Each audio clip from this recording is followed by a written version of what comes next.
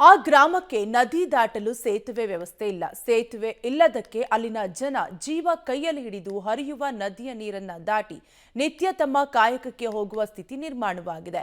ಶಾಲಾ ಮಕ್ಕಳು ಶಾಲೆಗೆ ಹೋಗೋದಕ್ಕೆ ಇದೇ ನದಿಯ ಎದೆಮಟ್ಟದ ನೀರಿನಲ್ಲಿ ದಾಟಿಕೊಂಡೇ ಹೋಗಬೇಕು.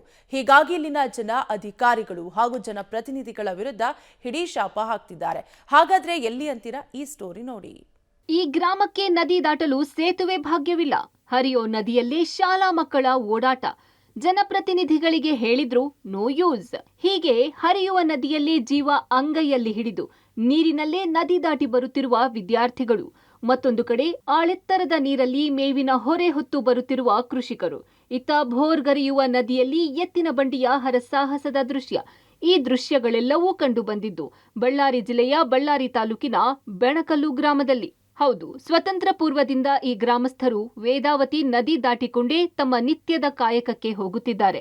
ಬೆಣಕಲ್ಲು ಗ್ರಾಮ ಹಾಗೂ ಭಾಣಾಪುರ ಗ್ರಾಮದ ಮಧ್ಯ ಹರಿಯುವ ವೇದಾವತಿ ನದಿಯನ್ನ ದಾಟಿಯೇ ಈ ಗ್ರಾಮಸ್ಥರು ಸಂಚಾರ ಮಾಡುವ ಸ್ಥಿತಿ ಇದೆ.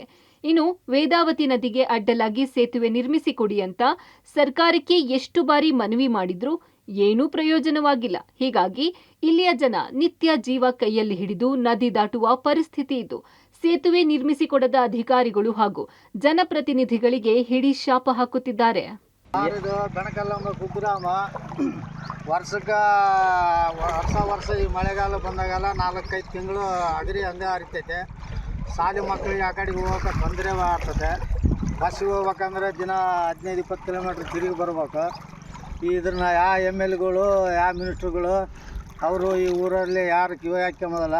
ಇನ್ನು ಬೆಣಕಲ್ಲು ಗ್ರಾಮದಲ್ಲಿ ಸುಮಾರು 400ಕ್ಕೂ ಅಧಿಕ ವಿದ್ಯಾರ್ಥಿಗಳು ಪಕ್ಕದ ಗ್ರಾಮ ಬಾಣಾಪುರದ ಶಾಲೆಗೆ ವಿದ್ಯಾಭ್ಯಾಸಕ್ಕೆ ಹೋಗುತ್ತಾರೆ. ಆ ಮಕ್ಕಳು ನಿತ್ಯ ಇದೇ ನದಿಯನ್ನ ದಾಟಿ ಹೋಗಬೇಕಿರೋದು ಅನಿವಾರ್ಯ.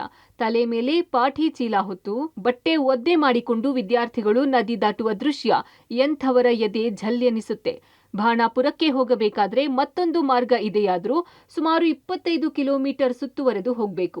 ಹೀಗಾಗಿ ವಿದ್ಯಾರ್ಥಿಗಳು ಸಮಯಕ್ಕೆ ಸರಿಯಾಗಿ ಶಾಲೆ ತಲುಪಬೇಕಾದ್ರೆ ಇದೇ ವೇದಾವತಿ ನದಿ ದಾಟಿಯೇ 2 ಕಿಲೋಮೀಟರ್ ದೂರದ ಭಾಣಾಪುರಕ್ಕೆ ಹೋಗುತ್ತಾರೆ.